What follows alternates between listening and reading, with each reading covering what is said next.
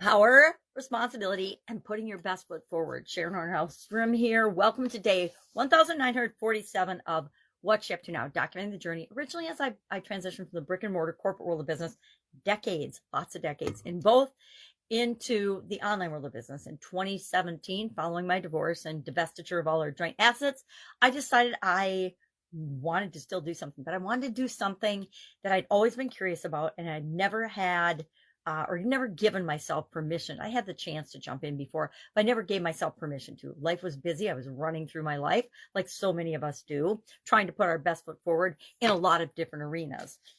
And I discovered that, like all humans, I am only capable of so much before I will crumble and fall and break and have to rebuild. And so I found myself in the opportunity to rebuild and recreate and re-examine what I was curious about and what I was interested in. It's a really fun place to be in, a position of I'm learning something new and I'm figuring these things out, because there's always a lot of things to figure out, whether you're in the online world or the offline world. Life is a journey. We talked about that, I think maybe even yesterday or a couple of days ago. Life is better with coffee. I'm just going to say that right out. At least my life is better with coffee. So I'm going to take a little sip. It stays super hot in my thermal cups, and talk about what pieces of content were created today. Today and every day I create at least 2 pieces of content, in addition to this little video log that I keep track of what I'm doing. I am legally blind, so it's important for me to have ways to kind of keep track of and gauge what I'm working on, what's working, what's not working. Besides my scribbled in notebooks that I can't actually read, I write things down in order to reinforce them in my conscious and my subconscious mind, so I don't forget them, so I don't have to have, and I have a lot of strategies for dealing with that particular challenge in my life. So if you happen to be legally blind and you need some ideas, hit me up. But today we're talking about putting our best foot forward, was the idiom for supersize your business. And how do we go about doing that in our business? I talked a lot about leadership, setting the example, being clear in your communication, painting the vision and the picture of where the organization is going, leading by example, not by do as I say, not as I do, because that doesn't work for kids. It doesn't work for raising a family. It doesn't work for interacting in human beings and relationship. And it definitely doesn't work for building and growing and supersizing our businesses.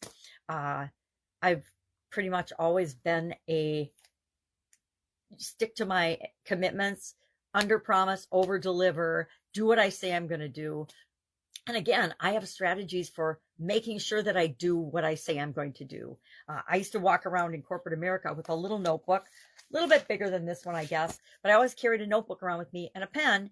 And whenever I said I was going to do anything or follow up on something, I would write it in the notebook, and then I'd put a little blank checkbox square in front of it. And at the end of each day, I would go through that notebook, and anything I hadn't followed up on yet went into my next day's schedule and plan, so that I always made my commitments. Do you know how unusual and awesome it is when you work with people that actually follow up and do what they say they're going to do? It is amazing. My career actually skyrocketed from that one little tip, my corporate career, and it works for everything, right? It's even more important when we're building and growing our own businesses than it is when we're working for someone else, because you can always say, I'm sorry, I made a mistake, I forgot to do that, and make a bunch of excuses. And people in corporate will usually buy into it once or twice. But if you are consistently not keeping your word and not making your commitments, you're probably not going to be working somewhere very long.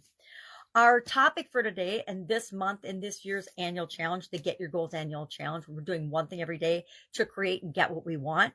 We're focusing on our physical health, our physical well-being this month, the month of May. This is a life framework. I actually learned this from Tony Robbins and Jim Rohn back in the late 1980s, probably, when I first started and got interested in, I'd always been a little bit interested in it, but I really started to get interested in personal growth, personal development, and the impact it would have on your corporate career and your ability to lead and grow different types of businesses. And so it was a 7-part framework I learned from them: physical, mental, emotional, spiritual, financial, relationships, and contribution. And then, following the craziness of the pandemic, our global pandemic, I added in 2021, because I was working with some coaches in this area, communication and confidence. So now I use a 9-part life framework that I use to frame and do things and make some sense out of the chaos that is normally my everyday life. So I set goals in these areas, and this year we're doing a whole challenge focused around those areas. So this month we're talking about physical well-being. And today's topic, 2 of my favorite things, are personal power and personal responsibility, and the impact they have on our ability to achieve our physical goals, and frankly, goals in any other area and aspect of our life. So I shared some tidbits there, and all we're doing for our assignment is saying, okay, this is one goal that I want physically.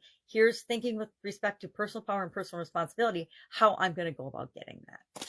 So that's it. That's all I've got today. If I can help you in any way, ask. Otherwise, have a fabulous day, and I'll be with you tomorrow.